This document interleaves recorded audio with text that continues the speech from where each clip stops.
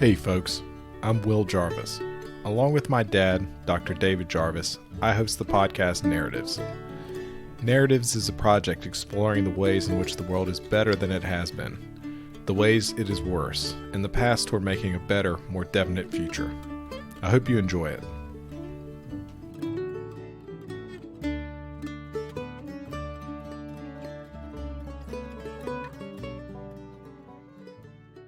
Hey folks, today on the podcast we have Jon Guze. Jon is the Director of Legal Studies at the John Locke Foundation. Before joining John Locke, Jon practiced law in Durham, North Carolina for over 20 years. He got his JD with honors from Duke Law School and got an AB in history from Harvard College in 1972. In between, he studied architecture and managed numerous large architectural and engineering projects across the US and UK. Jon, how are you doing today? I'm great. Nice to be here. Definitely. It's great to have you on. So, Jon, I wanted to get started, and can you walk me through, what is Popper's theory of knowledge? Why is it useful? Why is it interesting? And how did you find Karl Popper, and why is he important? I know those are really broad questions, but I think we can work our way back there. Well, if we're not in too much of a hurry, I'll just explain how I first came across his ideas and how they fitted into some sort of intellectual problems I was working on at the time. And then maybe we could move on and see what other implications there might be. But I first came across Popper's work when I was an architecture student back in the 70s. That was a period when architects all over the world were still celebrating the fact that they had thrown away several thousand years of accumulated architectural knowledge. In place of all that knowledge, they thought every architect should sit down on a drawing board and design each building from scratch, simply on the basis of what he was told was needed in the way of accommodation. And the idea was that the design of the building would somehow come out of that through some kind of rational process. I always thought that was nonsense, and it took me a while to figure out exactly why and what the alternative might be, but I struggled with it for several years in school until I, by good fortune, read an article, not by Popper, but about him, by a famous biologist named Peter Medawar. And then that impressed me so much, I started reading Popper's books, and suddenly I thought, yes, this is what I'm looking for. Popper's got an evolutionary theory of knowledge.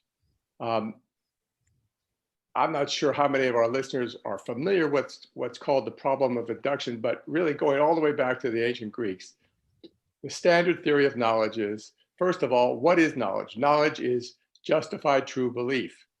The important word there is belief. Well, they're all important, but belief is an important part because that shows that what they've always been thinking about is knowledge in psychologistic terms. It's a state of mind.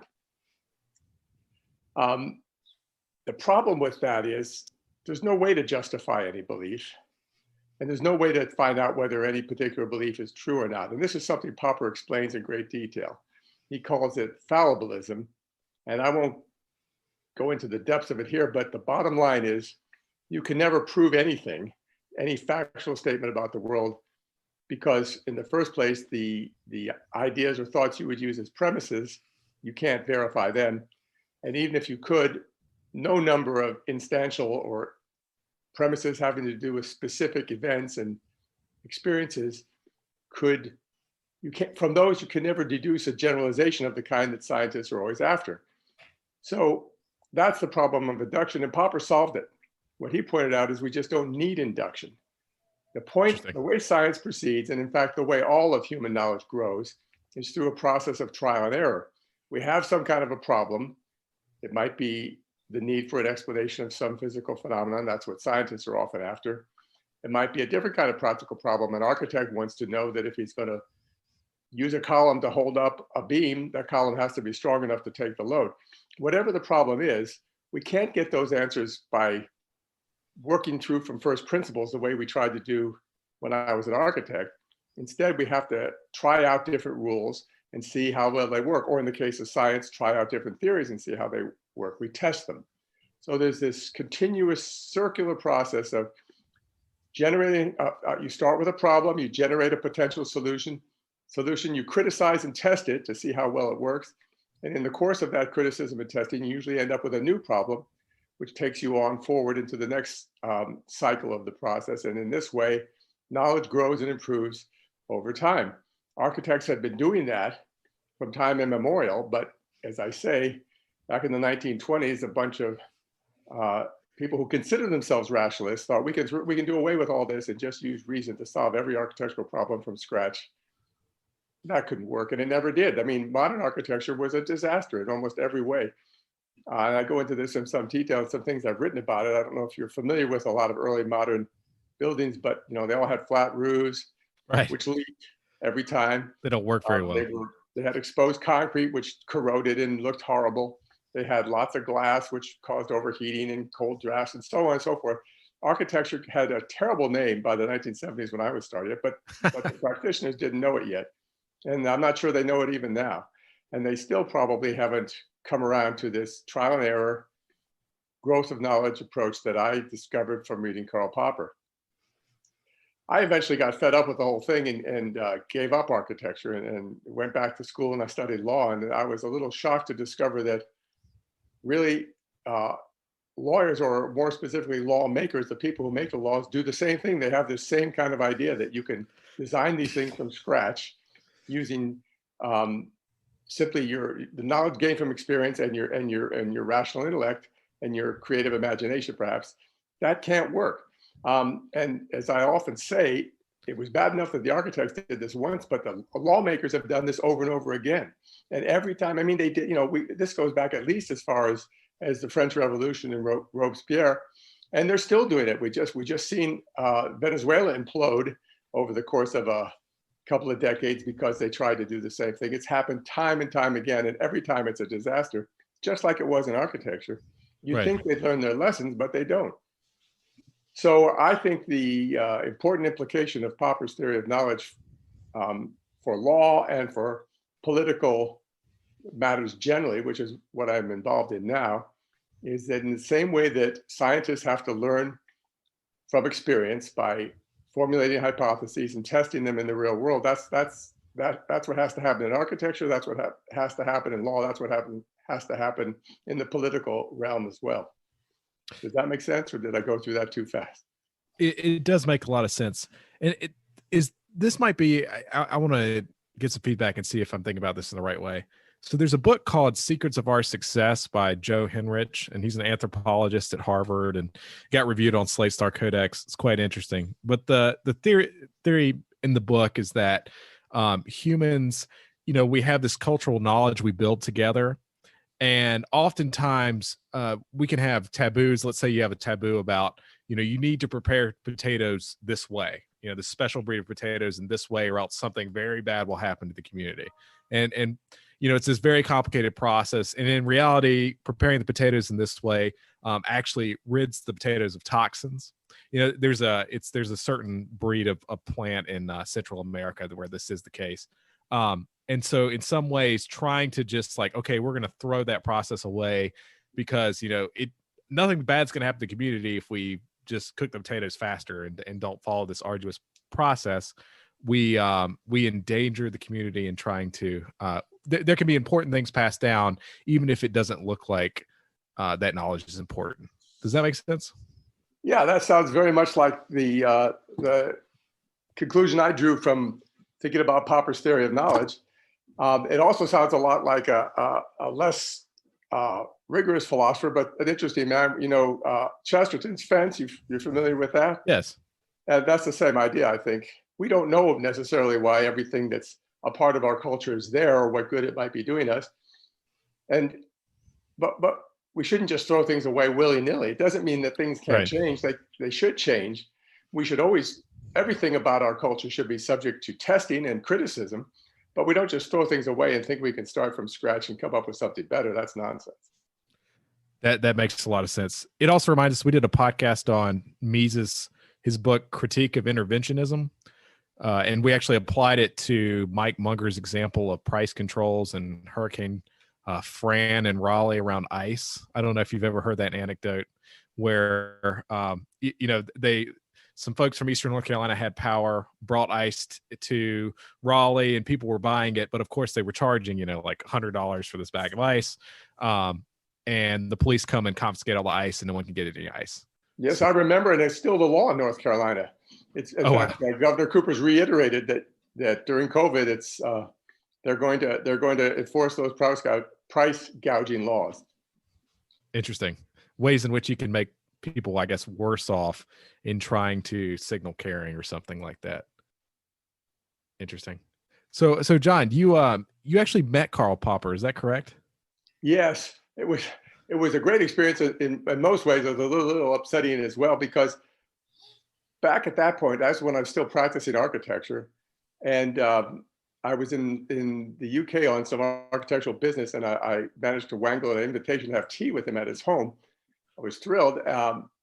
But when I got there, he sort of surprised me by saying, "Well, now, is there anything you'd like to ask me?" And I thought, "Oh, here's my chance." So I tried very badly to explain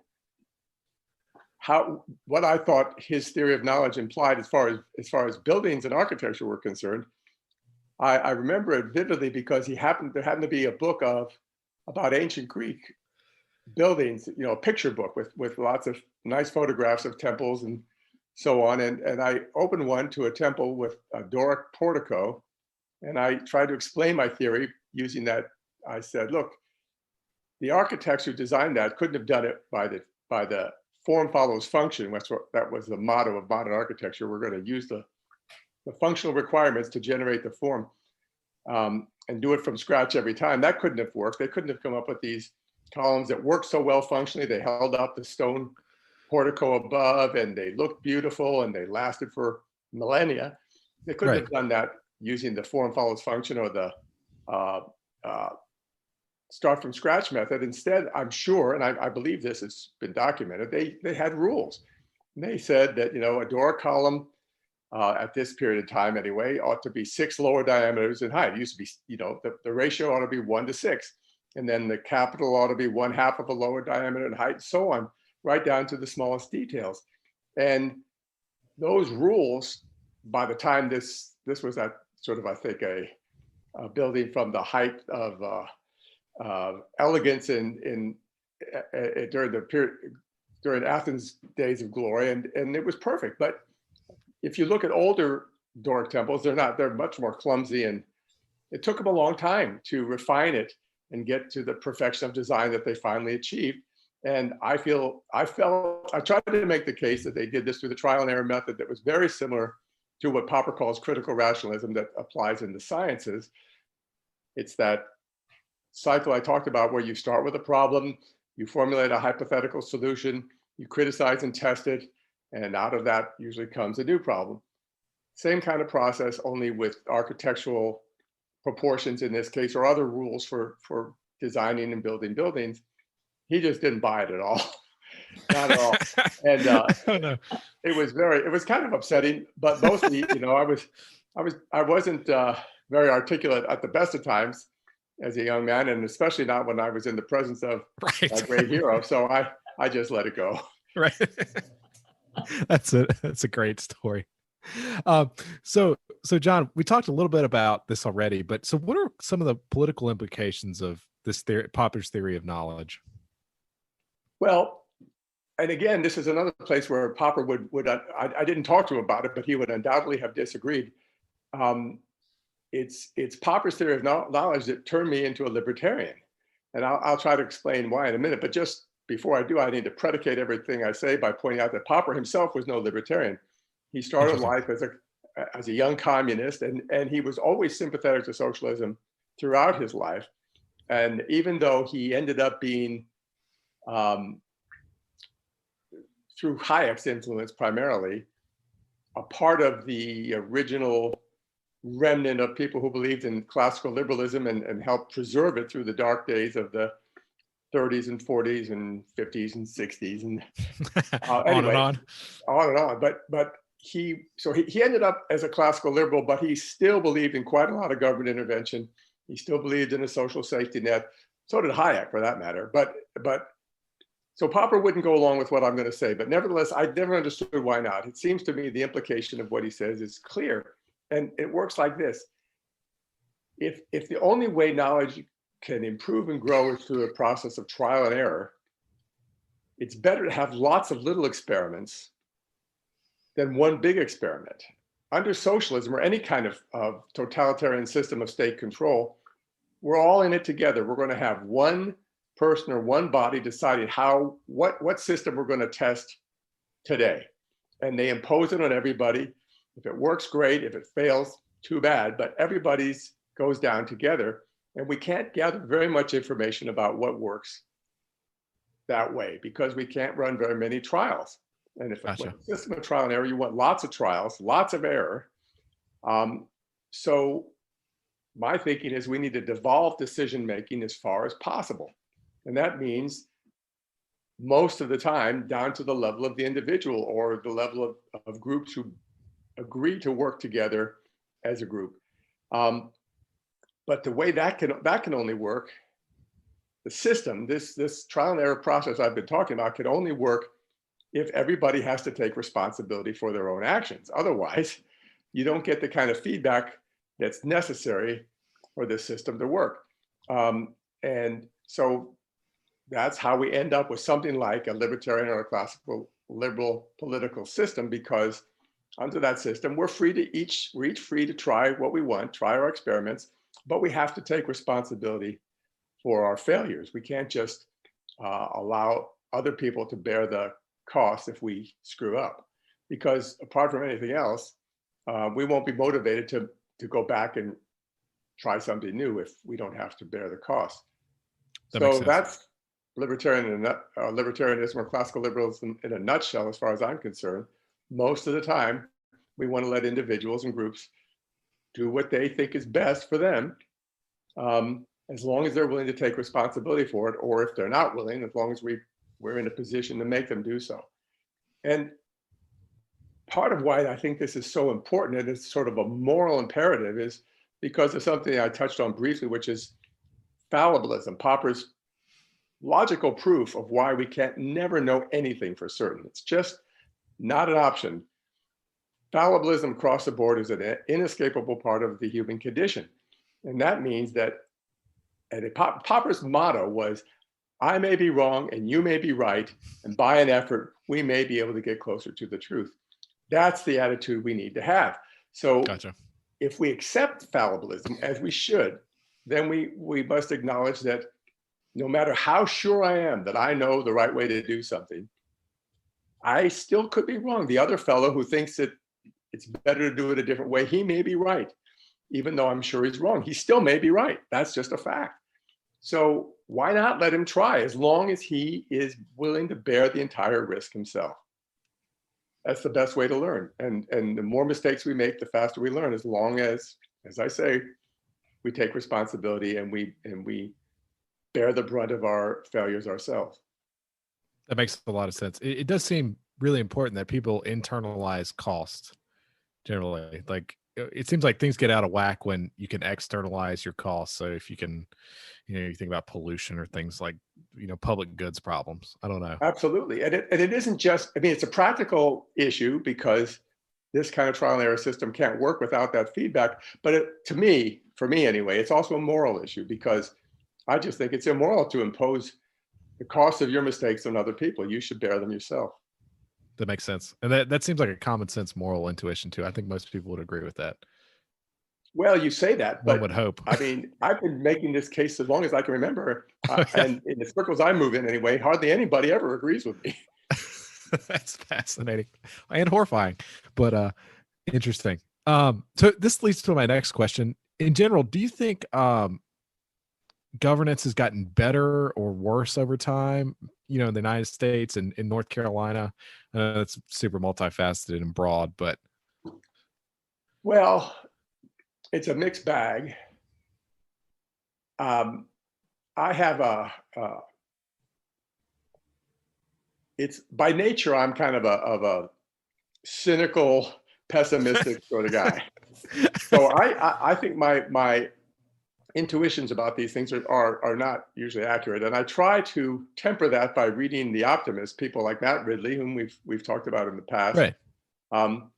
People like Steven Pinker, he's written a number of books in recent years that show the astonishing extent to which things have improved. almost steadily for at least several centuries. And Julian Simon's another one. Are you familiar with Julian Simon? He's passed away now, but he was an economist. He wrote The Ultimate Resource. Was that Simon Ehrlich bet? Yes, that's the Simon. Gotcha. He was the one who because he has always taken this position that things get better because of human ingenuity, and Ehrlich was the pessimist in all this, and he thought things are just going to hell in a handbasket, and that's why they had that famous bet over whether we're going to run out of certain resources. The idea was that if we do start to run out, the price of these commodities is going to go up. So they picked a mixed bag. I don't know how they came up with it, but both sides agreed it was fair. And how long did that last? 10 years or something? Something like that. I can't quite remember. A significant remember. period of time. And Simon bet that at the end of the period, that particular package would cost less to buy than at the beginning. And Simon was 100% sure it was going to cost a whole lot more because we were running out of everything in a hurry. Simon won. And he didn't win by a little bit. He was a clear victor. So I think rationally, I believe that things are getting better. And even though it's very hard to see how it can be true, it probably is even true that we're being better governed than we used to be. Interesting. It doesn't look like it lately, but I think it probably is the case. Interesting. So before we move on too much, Dad, did you have any questions about Karl Popper? Anything else we need to cover there? Not about Popper as much as just this the subject of being optimistic today, because I'm a reader of Hans Rosling, Factfulness, and the way he said, again, one of the guys that can just illustrate how much better the world is getting. And so, of course, I'm the optimist. And I keep wondering, I really think what I am is much closer to being a realist than an optimist. But the really bright people that I know, including my children, are pessimists. And so that subject alone, I would love people to talk about that so I can try to better. Will's a pessimist? Yes. I am fairly pessimistic. I look at mainly, so in some levels I'm optimistic, like global poverty's gone down. Like you look at these charts, like things like look good, but then you look at like America's ability to do things seems greatly compromised. Like if we did the Manhattan Project today, I don't think we could do it. I'm not quite sure. About. No, it would be a colossal cock up for sure. Right. I mean, Einstein's letter would get lost in the mail room in the White House. I don't know. It just. But that said, though, Will, you have to admit there was an exception when it came to these COVID vaccines. They did that awfully quickly. And the government played a role there, right? Operation Warp Speed. This is a great point. It seems I would say it's a special case where they took the guys like Army Corps of Engineers. They gave them $26 billion and they said, you go fix it. And we're going to fire you if you don't fix it as quickly as possible. And that seems to be very different from the way much of our federal bureaucracy works, if that makes sense. But no, that is a good point. We have actually done, I think, surprisingly well on that. But in support of your view of this, I mean, it's hard to see up until then. I think it's fair to say that the world's so-called experts at every level, from the World Health Organization down to the Department of Health and Human Services in North Carolina, they've screwed up over and over again. They completely screwed it up from start to finish. And it's an indictment of government, and it's an indictment of expertise, and it's an indictment of big science, frankly. So I can easily see why you might be pessimistic, but I think that your father is right, and Matt Ridley's right, and all the other I've mentioned are right. If you are rational and you look at the evidence, the trends have been good, and they've been good right up until 2020. The first decades of the 21st century have been fabulous for the world, almost every way you might try to measure it. So we pessimists, nature's pessimists like us, we have to try to keep our perspective. That's right. And I also think, I wonder, Dad, you mentioned your children pessimistic. I wonder if the pessimism comes from perhaps from millennials Gen Z, reduce expectations. Perhaps expectations are lower for the future, and that plays into it. It's like a hedonic treadmill, right? So things are getting better, but they're like getting better more slowly than they were, or something like that. Well, I can tell you what your grandmother and grandfather would say. If you feel that way, go out and fix it. Yeah, absolutely. Don't expect somebody else to do it. Put your boots on, put your big boy pants on, Right. and go fix it. And that's exactly what I think happened with the vaccine. Is like, it sort of initially, Popper would have been perfect for this. It's like, we tried this and we tried that, and it's fail, and we can't agree, and we can't get along, and everybody's failing. And we finally agree, we'll have a vaccine, and then they pour a bunch of effort into it, and good people just slay themselves formulating answers and thinking about it and working hard, and boom, you have a vaccine in 9 months, where never in history has that happened before. And compared to, for instance, the epidemic of World War I, where how many millions and millions of people died? A small fraction will die this time. Yeah. Well, that's right. And it does also, as I guess maybe it's too obvious to even mention, but I'm going to mention it anyway. I think everything we've talked about in connection with both the vaccine and the other policies that governments have rolled out since COVID hit, it illustrates why Popper's ideas, as they apply in the political realm, that is to say, through a classical liberal or libertarian form of political economy, really work much better than top-down, starting from scratch, the alternative approach, which is still the one that most people, especially most educated people and most intellectuals, seem to find most congenial. We ought to put the right people in charge and let them do it from first principles. That just doesn't work. And the vaccine kind of proved that. I mean, they've been working on, including the mRNA vaccine, they've been working on it and working for a while. But until they really, sort of got under the gun and they poured a lot of resources into it, suddenly the problems they were having, they managed to solve them. They've been able to bring the vaccine to us fast.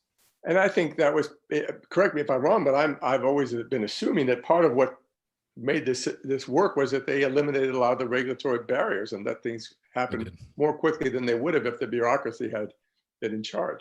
And gave them a lot of assets to do it. That's the other part, is you need a lot of assets. You've got to be able to pour funding into it to buy the things that you need and make vaccines in advance that we'll probably throw away. But who cares? If we get enough, then it'll be well worth it. Yeah.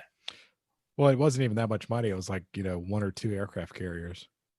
And it's just a pittance compared to the money they spent on COVID relief at the federal level. It's just obscene. That's right. So John, you mentioned just a little bit ago, why do you think smart people have that conceit, if that makes sense, that we can top down control a lot of these problems and just put a smart person in there, first principles, and they're good to go?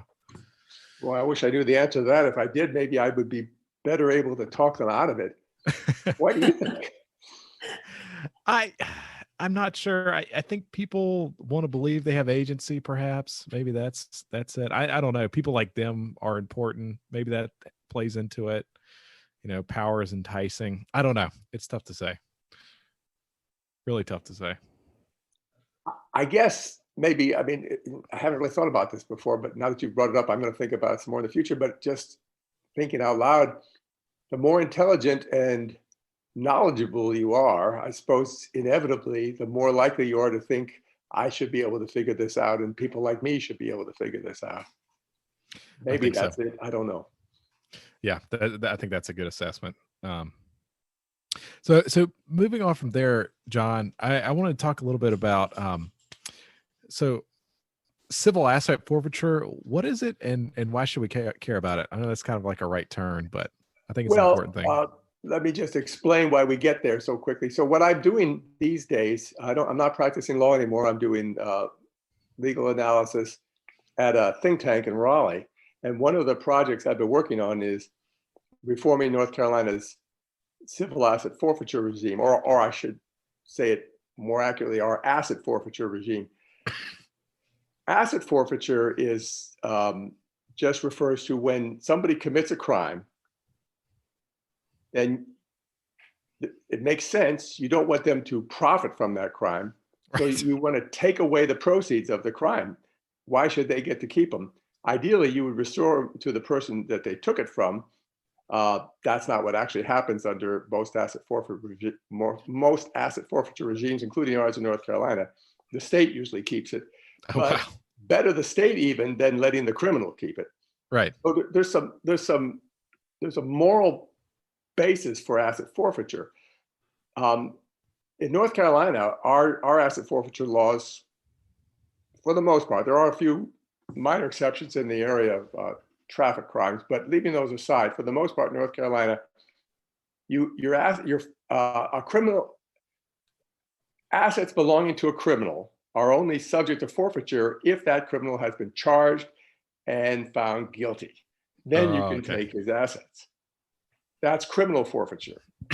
Back in the 80s, the federal government, they were ramping up the war on drugs.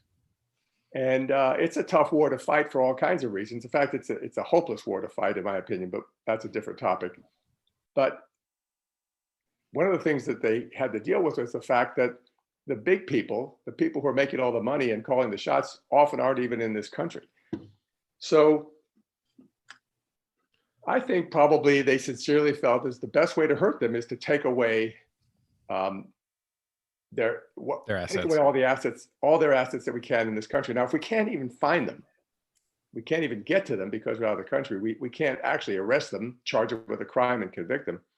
So they revived this really ancient doctrine of civil forfeiture, which was completely moribund in this country for well over a century.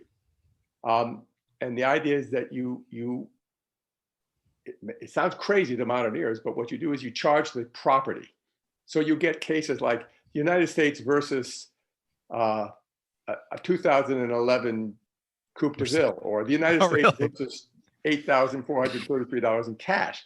And it's not a criminal proceeding, it's a civil proceeding. That's why it's called civil asset forfeiture. They charge the object or the cash with being connected with a crime. And then, because it's in civil court rather than in criminal court, they don't have to prove that it was connected with the crime beyond a reasonable doubt. All they have to do is show it's slightly more probable that it was than it wasn't. And in fact, they even go further and they shift the burden of proof onto the owner. Oh, wow. So they take the property first, and then if you want to get it back, you have to go into court and prove that it wasn't connected with a crime. Oh, and wow. oftentimes it just isn't even worth it. If it's like a couple $1,000s, it's going to cost you more to hire a lawyer and try to get your property back than it's worth.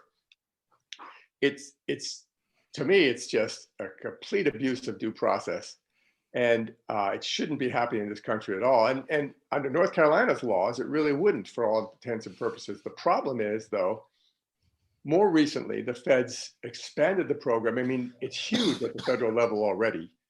Billions of dollars they take off of people through civil asset forfeiture, but they've also got something called equitable sharing, by means of which state and local law enforcement agencies can participate in the federal program. So that, oh God, if you're part of a joint investigation with the feds, you get a share based on how many hours members of your department put in. That's not so bad. I mean, it's bad because we don't like civil asset forfeiture, but at least the incentives aren't terrible. But what's worse is there's another thing called adoptions, where you can, instead of, if you suspect that, let's say, somebody's selling marijuana out of a house in Durham, there's no way you can get as a police department, there's no way you can get your hands on that house under North Carolina law for two reasons. First, you have to charge the owner, prove that they were involved in the criminal proceedings. And even if you do, under our Constitution, all proceeds of any kind of a criminal or any kind of all assets seized have to go to public education. So there's no incentive for the police force to get their hands on it. That's not how it is under federal law. Under federal law, not only is the police force that takes it allowed to get it, they're required to get it under federal law. So what the feds have may arrange, so you can a local law enforcement agency can process that house under federal drug laws. It'll get forfeited, it'll get sold, and they get 90% of the proceeds back as their share. The feds keep a 10% handling charge, so to speak, or a money laundering fee. And as a result, in North Carolina, law enforcement agencies are collecting millions of dollars every year, hundreds of millions of dollars, in fact, through civil asset forfeiture when that's not even allowed under state law. So that's one of the things we're trying to get some reform of. Geez, that's really bad. And that seems to play into the, we've heard a lot about, defunding the police and, everyone's talking about policing in the United States recently. And this does seem to play into it, right? If the police can come in, take your stuff, and you can't really, you can't get it back. And it just sets the tone, I assume, it's in terrible. Communities. It corrupts the police, frankly, because it's a perverse incentive. Their incentive is no longer to fight crime. It's to get rich. Right. They love it. And also it perverts the relationship between the police and the public, because it turns the police into predators and it turns the public into their prey. And that just poisons things, absolutely poisons things. So I think that although it's not as bad in North Carolina as it's been in many states, because as I say, unlike most states, our state laws are pretty good in this area. Nevertheless, it's bad for police, for the relations between the police and the public. And in some parts of the country, it's been absolutely a disaster. It's not the only reason there's problems, but that's a big one. That's really interesting. So you guys have been working on efforts to try to and stop civil asset forfeiture. How's that been going? Is it slow going? Yeah, we haven't made much progress in North Carolina, to be honest. Mostly, I think, because it's not as acute a problem here as it is in other states. Gotcha. It's hard to get people's attention about it. I mean, the money is significant, and the damage it does to the relationship between the police and the public is also serious. But compared to many states, it's not that big a deal. A lot of states, I would say, I don't have the numbers right in front of me, but at least a dozen or more have actually put a stop to equitable sharing, this program that lets local police use federal laws to take property. But most, and possibly every time that's happened, it's when they've also been reforming their own state civil asset forfeiture laws. Because we're so much better than most states in this area, it's really hard to get people's attention. But these things always take a long time. And if I may, I'd like to say this topic of police reform, though, because I think it's an interesting topic. Not many people in this country know it, but on a per capita basis, we have fewer police per capita, and we spend less as a percentage of our gross national product on police than most European countries. Most countries have more police, and in particular, more police on the beat, more people walking the streets or driving around in squad cars than we do. And I think that's a significant part of the reason why they have less crime than we do. It's not the only reason, of course, but it's a part of the reason, and why they have less incarceration than we do. We spend so much more on incarceration than any other country, but we spend less on policing. That's not smart. We do much better to spend our dollars on having more police on the street. We'd have fewer crimes, less incarceration, and the most important of all, we'd have fewer crime victims.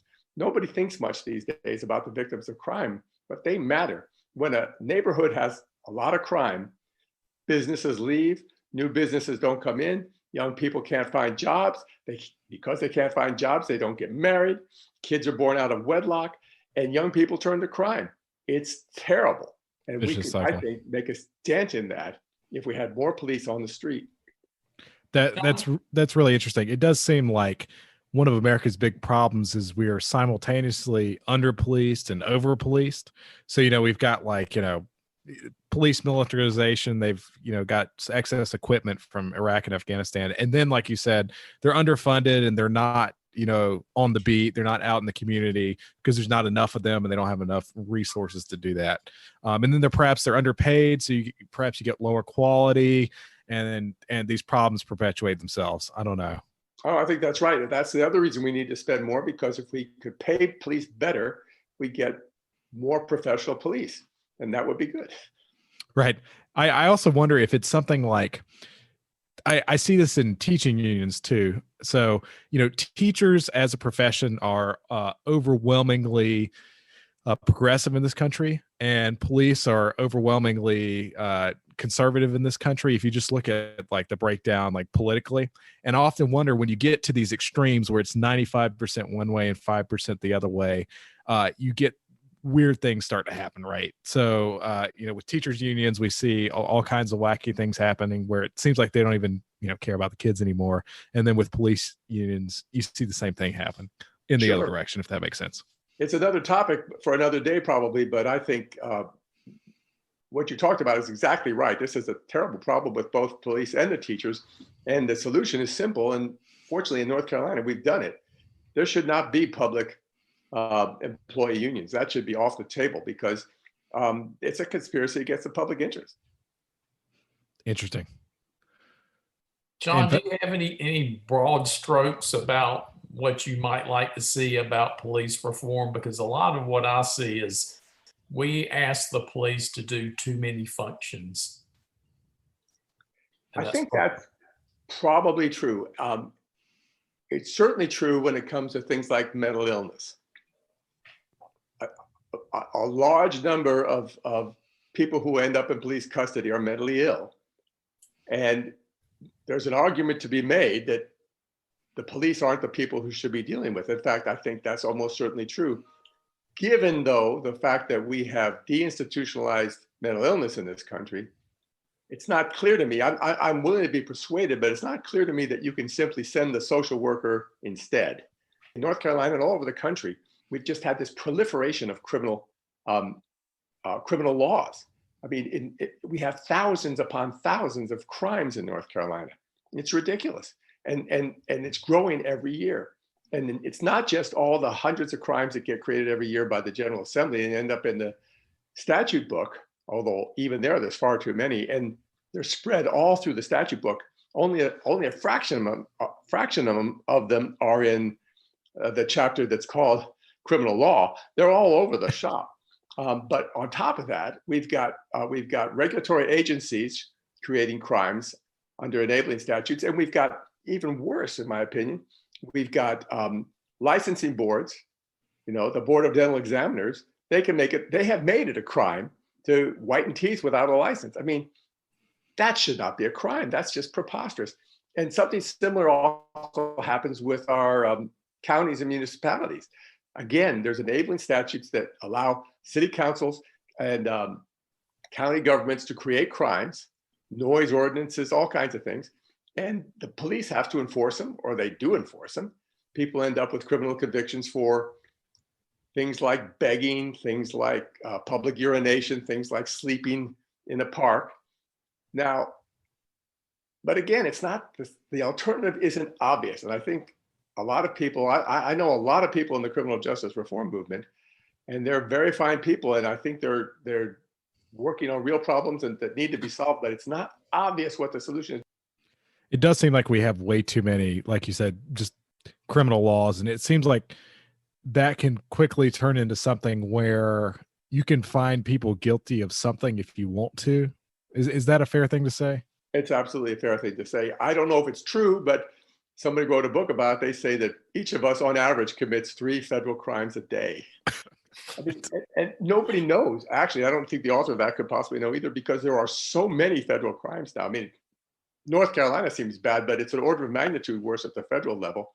At the federal level, it's not even the federal government's job to be making and enforcing criminal laws, except in rare instances. This should be something that's done at the state level. But the federal government has tens of thousands, maybe even hundreds of thousands of crimes and criminalized regulations. Nobody knows. Nobody has any idea how many there are.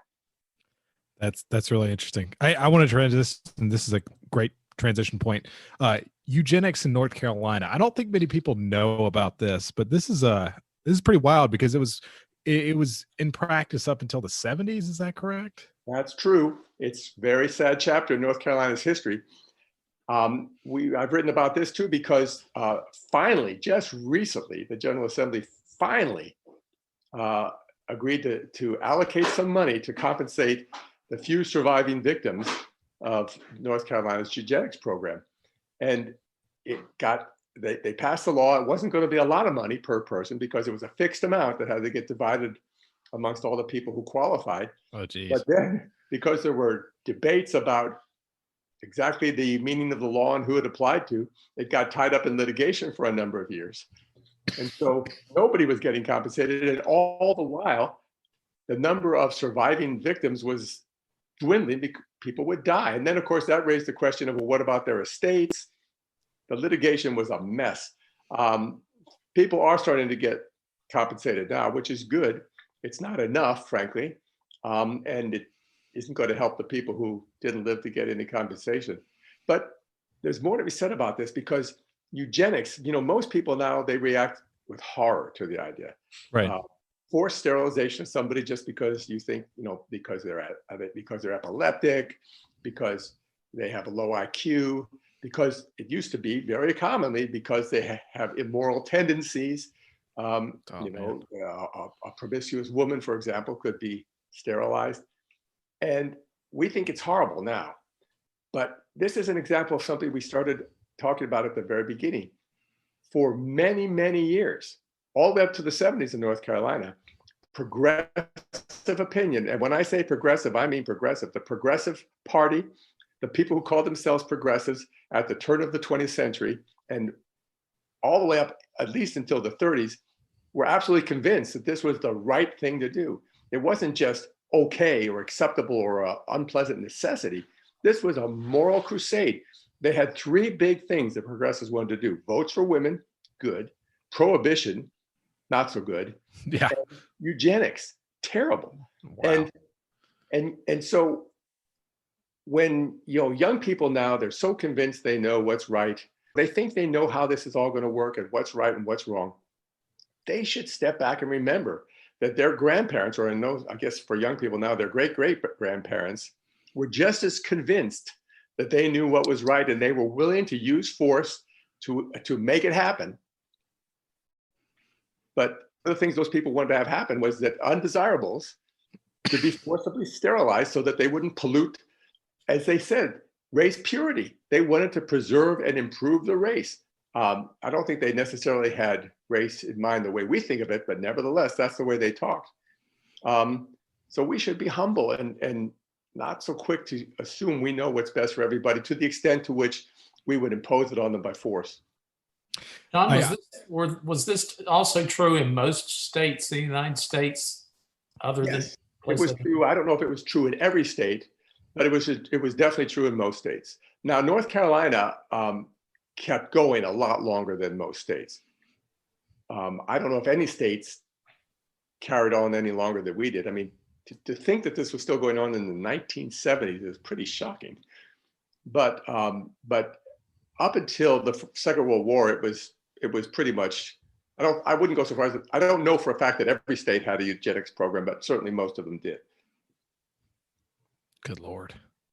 Yeah, it does bring up, John, like you said, it makes you wonder what things today do we think is morally acceptable and things we definitely should do that are actually just as bad as what these, people in the 20s, 50s, 60s, and turns out in the 70s in North Carolina thought was okay to do. It's a reminder to be humble. Progressive heroes, people like John Maynard Keynes or Woodrow Wilson or Teddy Roosevelt, Eleanor Roosevelt, lots of people that young people now probably think of as progressive icons. They were all gung-ho eugenicists. Yes, it's quite surprising. I know Keynes was like the head of the Eugenics Society. It's amazing how commonplace ideas like that were, and how accepted they were as well. Will, you want to give John a crack at how important the North Carolina Supreme Court is before we run out of time here? Yeah, perhaps this is just a throwaway. John, how important is the Supreme Court in North Carolina? I don't know how is it set up? I know there's some interesting things, like the governor has less power than the legislature, but things I missed in my middle school North Carolina history class. Well, people always say that about the governor of North Carolina. The governor of North Carolina has got a lot more powerful in recent years. I mean, we were famous for having a weak governor. That's not as true as it used to be, but leaving that aside, what's happened in North Carolina at the Supreme Court is the same thing that's happened in every state. And the rot started at the federal level, which is because of the progressive legal doctrine held that because they didn't really like the Constitution, that's another we could talk someday. They hated the Constitution. In the election of 1912, Teddy Roosevelt and Woodrow Wilson ran. They competed for being more anti-Constitution than the others. They both ran anti-Constitution campaigns. But leaving that aside, so their solution, because it's so hard they knew they couldn't have get rid of the Constitution. So what they decided to do was give the courts the ability to simply change it without going through the amendment process. It's a living document. The meaning of its clauses has to change with the times. That's the idea. But once you do that, you make the highest appeal court into a super legislature. They can change the laws. They can strike down the laws. They could create new rights or even new laws from if they want to. And that's a problem. And it started at the federal level in the 30s, but after the Second World War in the 40s and 50s, North Carolina courts adopted the doctrine too. So it's a problem in North Carolina. It's one that we have to worry about. There's always a temptation when you're a judge at any level, but especially at the Supreme Court level, to let your policy preferences govern instead of the letter of the law. Right. What's interesting about this last election is, I don't know if you're probably aware of this, that the Republicans swept all 5 open seats on the Court of Appeals, which is the next level down. And it looks like, although there's still a contest going on, but it looks like they're going to sweep all 3 seats on the Supreme Court as well. Prior to that, our court had 6 Democrats and 1 Republican. Wow. Kind of a long story how it ended up that way, but that's not good because, as I say, there's always a temptation to let your policy preferences guide you if you're a judge at any level. And I honestly think this temptation is much greater if you're a Democrat, because the Democrats are part of this progressive tradition. They're the remnant of this progressive tradition that has always been in favor of the living document approach to interpretation. So it's easier. It's just easier in your own mind to change the law if that's what you think needs to happen. So I think this shift is good. We've got a much more balanced, we're going to have a much more balanced court going forward, ideologically balanced, politically balanced. So that makes that kind of legislating from the bench less likely. And I think it's also going to make that kind of legislation from the bench less likely because the Democrats who weren't up for re-election this time, they saw what happened. I think they're going to realize that compared to elections gone by, the public was very interested in the judicial elections this time around, and they didn't like what they'd seen from the Democrats. They wanted more rigor, more textualism, more originalism. They wanted judges that simply applied the law as was written and didn't legislate from the bench. I had one more question leading off of this. So, people talk a lot about, and it does seem to be that North Carolina is heavily gerrymandered. Democrats have done this before too, in Maryland, and we can come up with other cases as well. So it seems like whoever's in charge, they're going to try to draw the lines in their favor. Is there anything we can do about that reasonably? Well, sure. We could do something about it. There's probably not a perfect ultimate solution, but some states, Iowa for one, they have a nonpartisan commission do their redistricting. Where I work at the John Locke Foundation, that's what we have always advocated.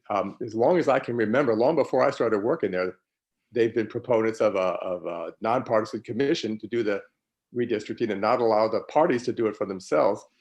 The problem is whoever's got the majority of the state legislatures, they don't want to make that change because it doesn't occur to them, or somehow they can't think far enough ahead to realize that they're not always going to be in charge. If they allow the legislature to gerrymander, then someday the other side's going to get to do the same thing. But so the answer is yes, we could get there, but whether we will, I don't know. Gotcha. So, and you do think like a nonpartisan commission is actually possible, I guess. Well, part of why it works in Iowa is because Iowa is populated by Iowans. I have a lot of elections out there, and those people are the salt of the earth. Another reason it works well there is that I don't know if you're familiar with Iowa. It's kind of a square state. Right. You just 100 draw. counties. It's like a grid. Right. So they don't have all these rivers and mountains and Right.